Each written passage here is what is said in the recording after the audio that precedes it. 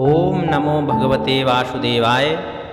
आइए आज हम श्री विष्णु पुराण के पंचम अंश का पहला अध्याय सुनते हैं। इस कथा के श्रवण से आपके ऊपर भगवान नारायण की विशेष कृपा होगी और आप समस्त बाधाओं से दूर रहेंगे।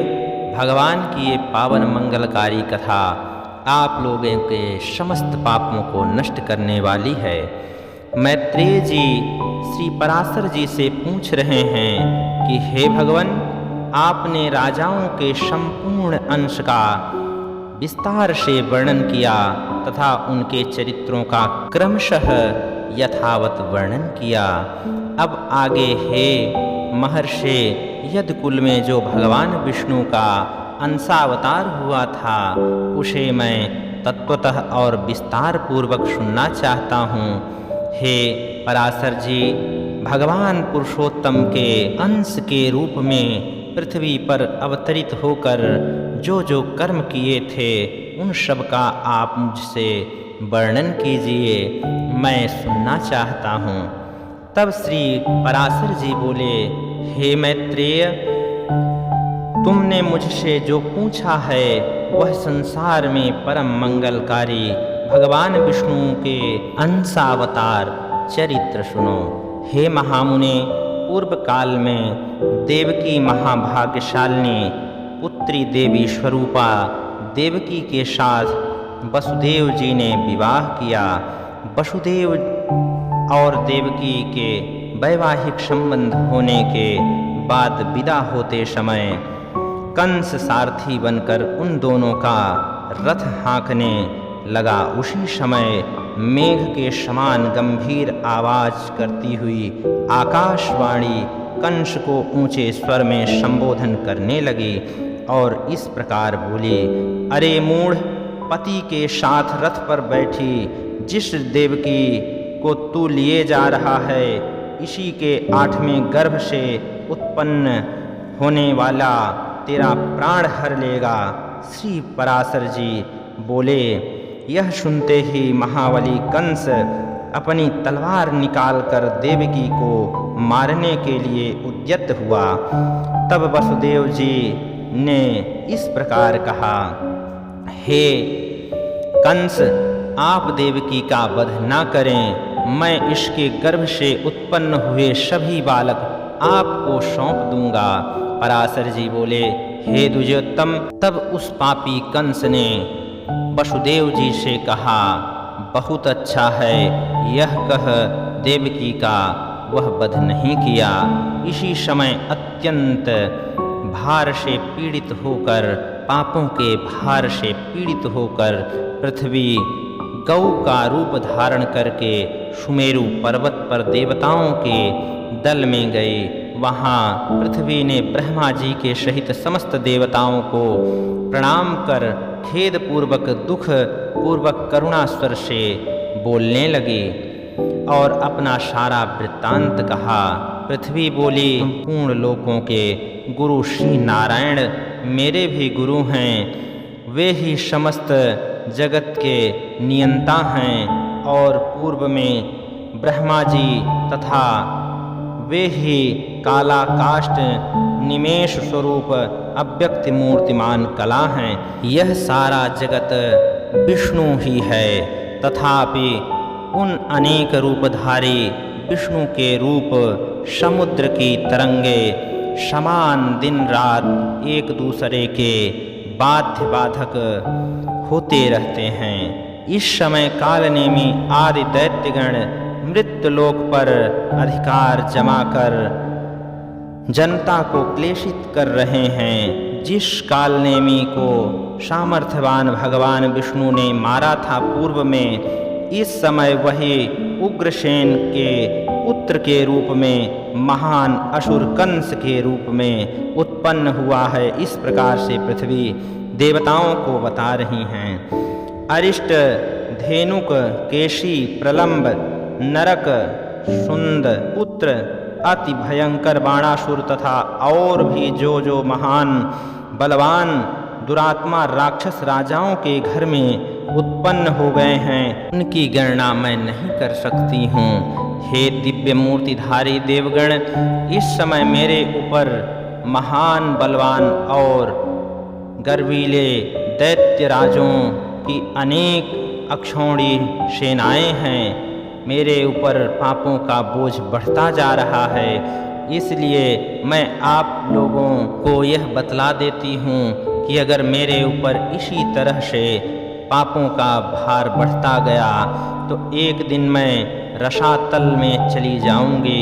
पृथ्वी के इन वाक्यों को सुनकर उनके भार को उतारने के विषय में समस्त देवताओं की प्रेरणा से भगवान ब्रह्मा जी ने कहना प्रारंभ किया। भक्तों, ब्रह्मा जी ने कहा, हे देवगण, पृथ्वी ने जो कुछ कहा है वह सर्वथा सत्य है और वास्तव में मैं शंकर और आप सब लोग नारायण के ही स्वरूप हैं। उनकी जो जो विभूतियाँ हैं उनकी परस्पर न्यूनता और अधिकता ही बाध्य तथा बाध्य रूप से रहा करती है। इसलिए आओ अब हम सब लोग क्षीर सागर के पवित्र तट पर चलें, वहाँ श्री हरि की आराधना कर यह संपूर्ण वृत्तांत उनसे निवेदन कर देते हैं।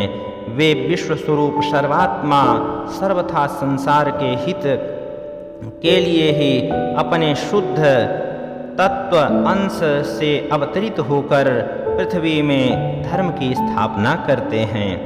श्री पराशर जी बोले, ऐसा कहकर देवताओं के सहित पितामह ब्रह्मा जी ने वहाँ गए।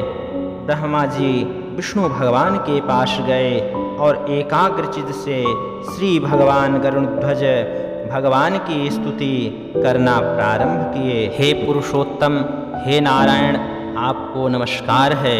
आप किसी कारण, अकारण अथवा कारणाकारण से भी शरीर ग्रहण नहीं करते, बल्कि केवल धर्म की रक्षा के लिए ही आप शरीर को धारण करते हैं। इस प्रकार स्तुति को सुनकर भगवान विश्व स्वरूप प्रकट करते हैं और ब्रह्मा जी से प्रसन्नचित से कहने लगे।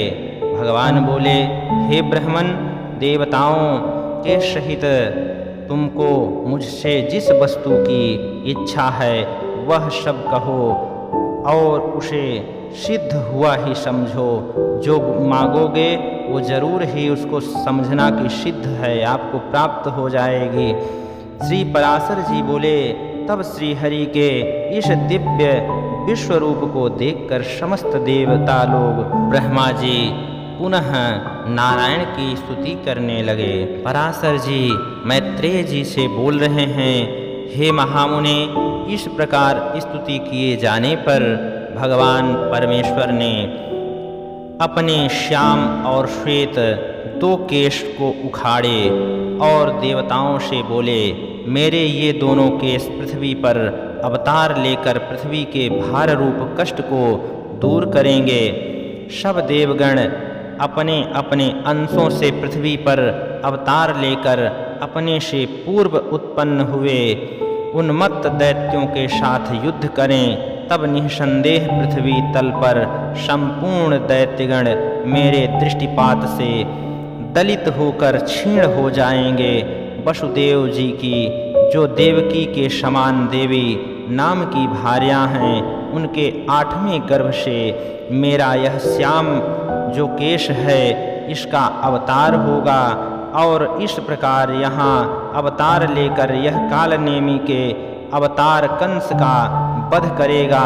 ऐसा कहकर श्री हरि अंतर ध्यान हो गए। भक्तों, हे महामुने, भगवान के अदृश्य हो जाने पर उन्हें प्रणाम करके देवगण सुमेरु पर्वत पर चले गए और फिर पृथ्वी पर अवतरित हुए।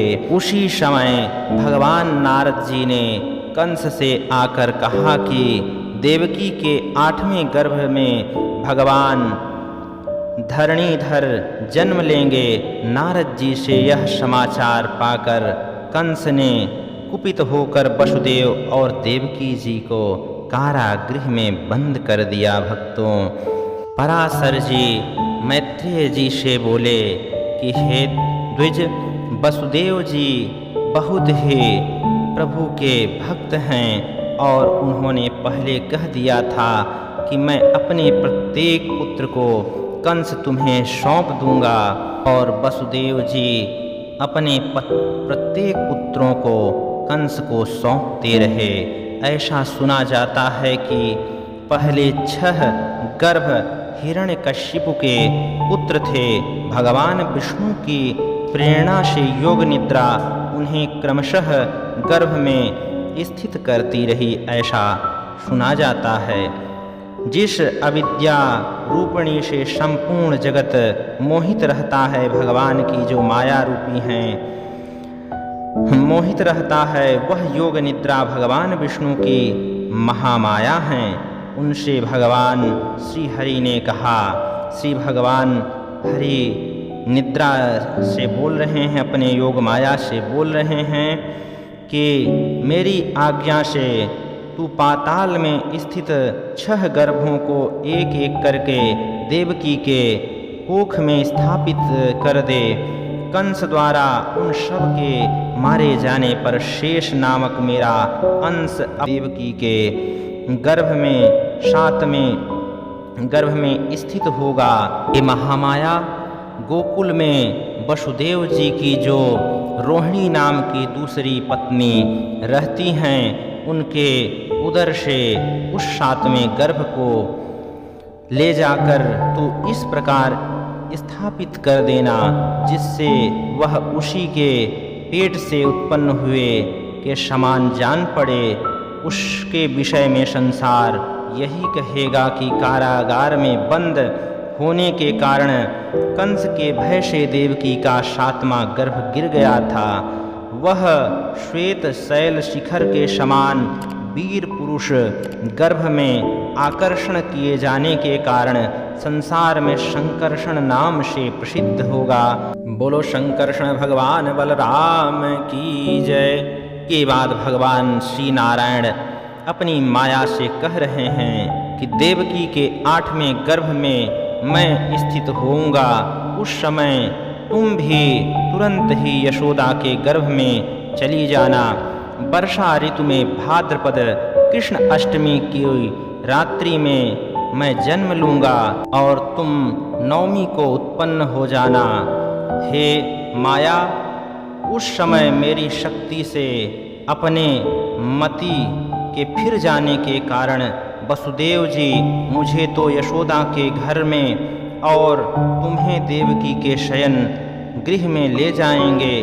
तब हे देवी माया, कंस तुम्हें पकड़कर पर्वत शिला पर पटक देगा और उसी के पटकने के साथ ही तुम आकाश में चली जाओगी।